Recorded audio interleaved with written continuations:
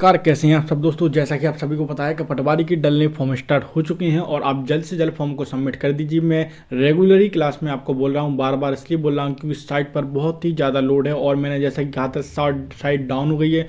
Form में भरते समय बहुत ज़्यादा धीरे धीरे साइट चलने लगी है। तो अगर आपने अभी तक फॉर्म को सबमिट नहीं किया है तो जल्द से जल्द फॉर्म को सबमिट कर दीजिए। दोस्तों एक बार आपका फिर से बहुत बहुत स्वागत है हमारे CPCT एंड MP एग्जाम में। आज हमारी जनरल साइंस यानी सामान्य विज्ञान की दूसरी क्लास है।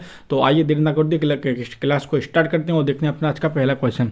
तंत्र का तंत्र, उसके कार्यों और उसके विकारों के अध्ययन को क्या कहा जाता है? तो न्यूरोलॉजी कहा जाता है। क्या कहा जाता है दोस्तों? न्यूरोलॉजी कहा जाता है। किसके अध्ययन को? तंत्र का तंत्र और उसके कार्यों और उसके विकारों के अध्ययन को हम न्यूरोलॉजी कहते हैं। चलते हैं अगले क्वेश्चन की तरफ। क्वेश्चन दोस्तों हमारा आनुवांशिकता की घटनाओं से संबंधित जीव विज्ञान की शाखा कहलाती है। तो आनुवांशिकी कहलाती है। क्या कहलाती है? आनुवांशिकी कहलाती है। अगला क्वेश्चन आप देख रहे होंगे, रोगों के कारणों के अध्ययन को क्या कहते हैं? तो एटियोलॉजी कहते हैं। क्या कहते हैं? एटियोलॉजी कहते हैं। ठीक है ना। अब बढ़ते हैं अगले क्वेश्चन की तरफ। अगला क्वेश्चन आप देख रहे होंगे, कानों और उनके रोगों के अध्ययन को क्या कहते हैं? तो ऑटोलॉजी कहते हैं। कानों को और उनके रोगों के अध्ययन को हम ऑटोलॉजी कहते हैं। ठीक है ना। चलिए अगला क्वेश्चन है, पृथ्वी की स्थिति और संरचना के अध्ययन को क्या कहते हैं? तो भूविज्ञान कहते हैं। ये तो सभी को पता होगा, नॉर्मल सा क्वेश्चन है, बिल्कुल बेसिक लेवल से हाई लेवल तक के क्वेश्चन हम कराएंगे जो आपके पटवारी की परीक्षाओं में पूछी जाने की संभावना बनती है। और बिल्कुल भी जो सीरीज चल रही है हमारी साइंस की, इसमें से जरूर आपके कुछ क्वेश्चन आएंगे और मैं कह सकता हूँ कि आपकी तैयारी अभी तक अच्छी चल रही होगी। बस हमारी क्लास जो है हम आपको ये केवल फैक्ट बाई फैक्ट पढ़ाएंगे। आपको फैक्ट ही फैक्ट में हम आपको 1000 से 2000 क्वेश्चन कब कंप्लीट करा देंगे आपको पता ही नहीं चलेगा। बस आपका सपोर्ट चाहिए और चैनल पर नए दोस्तों तो जरूर हमारे चैनल को सब्सक्राइब कीजिए। बस क्लास को डेली अटेम्प्ट करना, क्योंकि 1 से 2000 क्वेश्चनों को हम कराने की कोशिश करेंगे आप लोग जल्दी से जल्दी। ठीक है ना। तो बढ़ते हैं क्वेश्चन की तरफ। किडनी और उसके कार्यों के अध्ययन को क्या कहते हैं? तो नेफ्रोलॉजी कहते हैं। क्या कहते हैं? किडनी को और उसके कार्यों के अध्ययन को हम नेफ्रोलॉजी कहते हैं। और इसके बाद अगला क्वेश्चन हमारा, विषाणुओं के अध्ययन को क्या कहते हैं? तो वायरोलॉजी कहते हैं। क्या कहते हैं? वायरोलॉजी कहते हैं। अब अगला क्वेश्चन हमारा, पक्षियों के अध्ययन को क्या कहते हैं? तो पक्षी विज्ञान कहते हैं। क्या बोलते हैं? पक्षी विज्ञान। इसके बाद अगला क्वेश्चन, जीवाश्मों का अध्ययन कहलाता है। तो जीवाश्मों का अध्ययन हमारा पैलियोंटोलॉजी कहलाता है। क्या कहलाता है? पैलियोंटोलॉजी। ठीक है ना। अगला क्वेश्चन हमारा, हड्डियों का अध्ययन क्या कहलाता है? तो अस्थि विज्ञान कहलाता है। हिंदी में ही नाम लिखा है इसका, अस्थि विज्ञान। अगला क्वेश्चन हमारा, मृदा का अध्ययन क्या कहलाता है? जो मृदा होती है उसके अध्ययन को क्या कहते हैं? हम पेडोलॉजी कहते हैं। क्या कहते हैं? पेडोलॉजी कहते हैं। अगला क्वेश्चन हमारा, मूत्र प्रणाली से संबंधित विज्ञान की शाखा हमारी यूरोलॉजी कहलाती है। एक होता है न्यूरोलॉजी, एक होता है यूरोलॉजी। यूरोलॉजी क्या होता है? मूत्र प्रणाली से संबंधित विज्ञान को हम यूरोलॉजी कहते हैं। अगला क्वेश्चन है, विटामिन में कोबाल्ट होता है। तो विटामिन माने किस विटामिन में कोबाल्ट होता है? तो विटामिन B12 में क्या होता है? कोबाल्ट होता है। यानी क्वेश्चन आपका ये था कि किस विटामिन में कोबाल्ट होता है? तो विटामिन B में कोबाल्ट होता है। और दोस्तों उम्मीद है आपका रिस्पांस पहली क्लास जो हमारी स्टार्ट हुई थी साइंस की वे आपको अच्छी लगी और उसका आप थोड़ा अच्छा सपोर्ट रहा। मैं चाहता हूँ कि और भी सपोर्ट करिए। देखिए हमारा ज़्यादा बड़ा परिवार तो नहीं है, अभी 4500 परिवार है और बहुत ही तेज़ी के साथ हम जल्द से जल्द 5000 का परिवार बना लेंगे। बस उसके लिए आपका सहयोग चाहिए। और मैं बहुत अच्छा लगता है मैं अब जब आपसे क्वेश्चन पूछता हूँ आप बोलते हैं और बहुत से स्टूडेंट हमसे जुड़े हैं। अच्छा हाँ, पटवारी के ग्रुप से अगर आप तो नहीं जुड़े हैं अभी तक तो मैंने नीचे नंबर दे दिया है, वहाँ पर आप अपना पूरा नाम और जिले का नाम टाइप कर दीजिए, क्योंकि हमसे आज मध्य प्रदेश के हर जिले से छात्र छात्राएं जुड़ चुके हैं। अगर आप भी जुड़ना चाहते हैं, पटवारी के ग्रुप से जुड़ना चाहते हैं तो नीचे मैंने नंबर दे दिया है। बस आपका सहयोग चाहिए दोस्तों। चैनल पर नए हैं तो प्लीज़ चैनल को हमारे सब्सक्राइब कीजिए, क्लास को लाइक कीजिए। आप बढ़ते हैं अगले क्वेश्चन की तरफ। क्वेश्चन हमारा, कोशिका का पावर हाउस किसे कहा जाता है? Very very very important question है। तो कोशिका का जो हमारा पावर हाउस है उसको हम माइक्रोकॉन्ड्रिया के नाम से जानते हैं। किसके नाम से जानते हैं? माइक्रोकॉन्ड्रिया के नाम से जानते हैं दोस्तों। कोशिका का पावर हाउस किसे कहते हैं? माइक्रोकॉन्ड्रिया कहते हैं। अगला क्वेश्चन हमारा, लाल रक्त कणिकाओं का निर्माण हमारे शरीर में किस भाग में होता है? जो लाल रक्त की कणिकाओं का निर्माण हमारे शरीर में अस्थि मज्जा में होता है। कहाँ होता है? अस्थि मज्जा में होता है। इंग्लिश में लिखा है बोन मारो। ठीक है ना। अब इसके बाद चलते हैं। अब अगला क्वेश्चन है, राष्ट्रीय विज्ञान दिवस कब मनाया जाता है? सबको पता है अभी आने ही वाला है, यानी अगले मंथ आ जाएगा। 28 फरवरी को हम राष्ट्रीय विज्ञान दिवस के रूप में मनाते हैं दोस्तों। अब चलते हैं अगले क्वेश्चन की तरफ। ब्लड प्रेशर मापने के लिए किस यंत्र का प्रयोग किया जाता है? तो देखिए, अगर आपने तो देखा होगा, कई बार आप हॉस्पिटल में गए होंगे, आपने देखा होगा वो इक्विपमेंट जो रहता है, तो ब्लड प्रेशर, ये सबको पता है कि ब्लड प्रेशर की ब्लड प्रेशर नापते हैं, ये ब्लड प्रेशर मापने की मशीन है। लेकिन आज आप इसका नाम भी देख लीजिए, रिक्फोमोमीटर, ठीक है ना। ये साइंस के नाम थोड़े से ऐसे ही होते हैं, रिक्फोमोमीटर, ठीक है ना। तो बढ़ते हैं अगले क्वेश्चन की तरफ। देखिए, ये बिल्कुल भी चिंता मत करिए, जैसे ही ये सीरीज हमारी एक सीरीज खत्म होगी जिसमें हम 1000 क्वेश्चन की एक सीरीज चला रहे हैं, अगर आपका सपोर्ट रहा तो क्लास को हम रेगुलर कर देंगे। डेली आपको सुबह 11 बजे हमारी सामान्य विज्ञान क्लास मिलेगी। बस सपोर्ट इतना सा दोस्तों, अगर आप व्यूज़ अच्छे आते हैं और लाइक अच्छे आते हैं और सब्सक्राइबर बढ़ते हैं तो जरूर हम इस क्लास को रेगुलर कर देंगे। शाम 6 बजे हमारी हिंदी की भी क्लास स्टार्ट होगी, उसे भी देखना ना भूलें दोस्तों। तो आइए देखते हैं क्लास को। नेत्रदान में नेत्र के किस भाग का दान किया जाता है? तो कॉर्निया का किया जाता है। किसका किया जाता है? कॉर्निया का। अच्छा, एक यहाँ पर जो क्वेश्चन को थोड़ा सा हटके आपको बताना चाहूँगा, जो मेरी अपनी आँख होती है, जो नेत्र होती है, आपने देखा होगा ऐसी ऐसे करके कुछ होती है, आपने देखा होगा, ठीक ना। तो क्या होता है, जब नेत्रदान, आपने सुना होगा किसी ने अपनी आंखें दान कर दी या किसी ने किसी को आंख दे दी, तो क्या आप जानते हैं क्या पूरी आंख दी जाती है? ये बिल्कुल नहीं दी जाती है। आंख का जो कॉर्निया का हिस्सा होता है ना दोस्तों, उसको दिया जाता है, ठीक है ना, तो उसको दान किया जाता है, ठीक है ना। बाकी का जो रहता है वो वैसे ही रहता है। आइए बढ़ते हैं अगले क्वेश्चन की तरफ।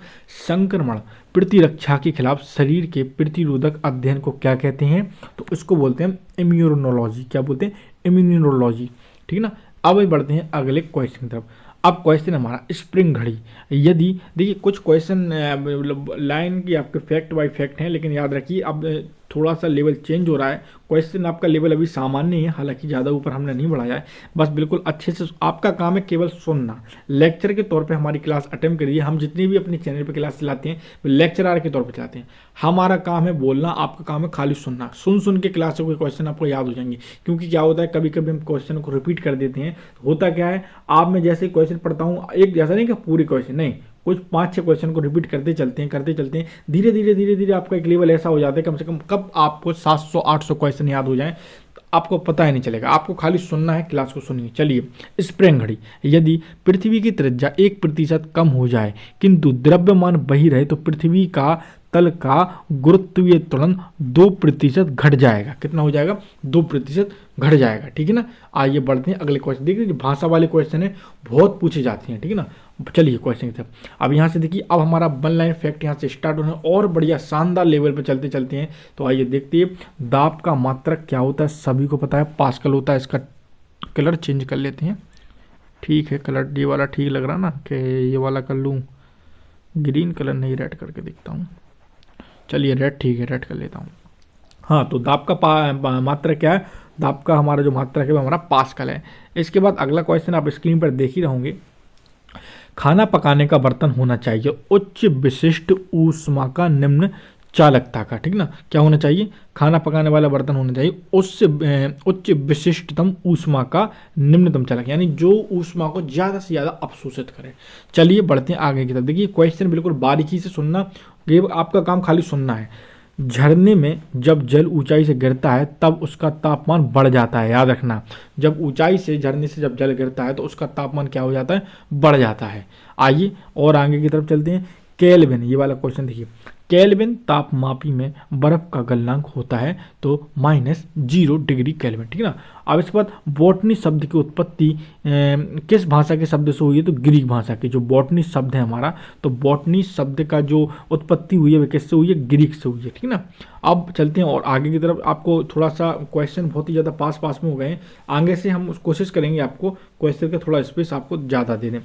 क्यूरी किसकी इकाई का नाम है? तो क्यूरी रेडियो एक्टिव धर्मिता का नाम का इकाई है, ठीक है। क्यूरी किसकी इकाई का नाम है? रेडियो एक्टिव धर्मिता। अब इसके बाद अगला क्वेश्चन आप देख रहे होंगे, किस रंग की तरंग दैर्घ्य सबसे कम होती है? तो बैगनी की। किस रंग की तरंग दैर्घ्य सबसे कम होती है? तो बैगनी को। कमरे में रखे गए रेफ्रिजरेटर का दरवाजा खोल दिया जाता है तब क्या होता है? कमरे का तापमान बढ़ जाता है। क्या हो जाता है दोस्तों? कमरे का तापमान बढ़ जाता है। आइए चलते हैं, नॉर्मल से क्वेश्चन है, खाली सुनना है आपको। कल से हम कोशिश करेंगे क्लास का थोड़ा जो क्वेश्चन आपको जो पास पास देखें थोड़े दूर दूर देखें ताकि आप क्लियर देख सकें। आज मैनेज कर लीजिए। और दोस्तों प्लीज़ रिक्वेस्ट है, मैंने इंस्टाग्राम की लिंक भी दे दी है, और अगर आपको हम अभी तक आपने हमारे पेज को फॉलो नहीं किया इंस्टाग्राम पे तो उसको भी फॉलो कर लीजिए। और दूसरी चीज़, अगर प्लीज़ दोस्तों रिक्वेस्ट यही है, चैनल पर नए हैं, बार बार आपसे रिक्वेस्ट कर रहा हूँ तो जरूर चैनल को सब्सक्राइब कीजिए। इंद्रधनुष में कितने रंग होते हैं? तो इंद्रधनुष में 7 रंग होते हैं। सेकेंड पेंडुलम का आवर्त काल क्या होता है? तो 2 सेकंड होता है। क्या होता है? 2 सेकंड होता है। सेकंड पेंडुलम का आवर्तकाल 2 सेकंड होता है। इसके बाद भारतीय विज्ञान संस्था कहाँ है? तो बेंगलोर में स्थित है। याद रखना, ये इंपॉर्टेंट क्वेश्चन है। भारतीय विज्ञान संस्थान का जो केंद्र भी कहाँ है, हेड ऑफिस कहाँ है? तो हमारा बेंगलोर में स्थित है। ठीक है ना। अगला क्वेश्चन हमारा, पराध्वनिक विमानों की चाल होती है ध्वनि की चाल से अधिक होती है। ठीक है ना। अब अगला क्वेश्चन हमारा, भू स्थिर उपग्रह कि पृथ्वी से ऊंचाई कितनी होती है? तो 36,000 किलोमीटर होती है। कितनी होती है? 36,000 किलोमीटर होती है। अगला क्वेश्चन हमारा, चिकित्सा शास्त्र के विद्यार्थियों को किसकी शपथ दिलाई जाती है? तो हिप्पोक्रेटस की शपथ दिलाई जाती है। किसकी? हिप्पोक्रेटस की। नॉर्मल सा फैक्ट था खाली ये। तो अब अगला क्वेश्चन देखिए यहाँ से। क्वेश्चन हमारा, कार में रेडिएटर का क्या कार्य होता है? तो कार में रेडिएटर का क्या कार्य होता है? इंजन को ठंडा करना। लेकिन आज के जो आपने देखा होगा गाड़ियाँ बहुत शानदार आने लगी। पहले की गाड़ियाँ जो आती थी उनमें पानी डालना पड़ता था, लेकिन अब तो ऐसी ऐसी कारें आने लगी जिनमें पानी की जरूरत नहीं होती है। तो इसलिए यहाँ पर एक क्वेश्चन आपको दिया गया है, आप स्क्रीन पर देख रहे होंगे कि कार में रेडिएटर का क्या क्या होता था? तो इंजन को ठंडा करना होता था। आइए बढ़ते हैं अगले क्वेश्चन की तरफ। मनुष्य के शरीर का ताप होता है 37 सेंटीग्रेड। ठीक है ना। अब अगली बात, अगला क्वेश्चन हमारा, दूर दृष्टि दोष से पीड़ित व्यक्ति को निकट की वस्तुएं नहीं दिखाई देती। जो दूर दृष्टि दोष होता है दोस्तों, तो उसमें व्यक्ति को निकट की वस्तुएं नहीं दिखाई देती हैं। अब चलते हैं अगले क्वेश्चन की तरफ। अगला क्वेश्चन है, किताब के ऊपर रखे किसी लेंस को ऊपर उठाने पर यदि मुद्रित अक्षरों का आकार बढ़ता हुआ दिखाई देता है तो वे कौन सा लेंस माना जाएगा? उत्तल लेंस माना जाएगा। ये भाषा वाले क्वेश्चन बहुत आते हैं, याद रखना। अब इसके बाद अगला क्वेश्चन की तरफ बढ़ते दोस्तों। क्वेश्चन हमारा, यदि किसी लेंस से अक्षरों का आकार छोटा दिखाई देता है तब वे अवतल लेंस माना जाएगा। इसके बाद तारे टिमटिमाते हैं तो अपवर्तन के कारण टिमटिमाते हैं। इसके बाद निम्नलिखित में से कौन सा आवेश रहित कण है? तो न्यूट्रॉन। ठीक ना। तो इसके बाद देखते हैं। आपसे एक और रिक्वेस्ट आपको करना चाहेंगे दोस्तों कि चैनल पर नए हैं तो जरूर हमारे चैनल को सब्सक्राइब कीजिए और बेल आइकन को ऑन कीजिए। आज के लिए क्लास में दोस्तों इतना ही है। कल से हम और आपके लिए ये क्वेश्चन को थोड़ा बढ़ा देंगे। उम्मीद है ये क्लास भी आपको पसंद आएगी। कल एक और क्लास के साथ मिलेंगे। जब तक के लिए दोस्तों, जय हिंद, जय भारत।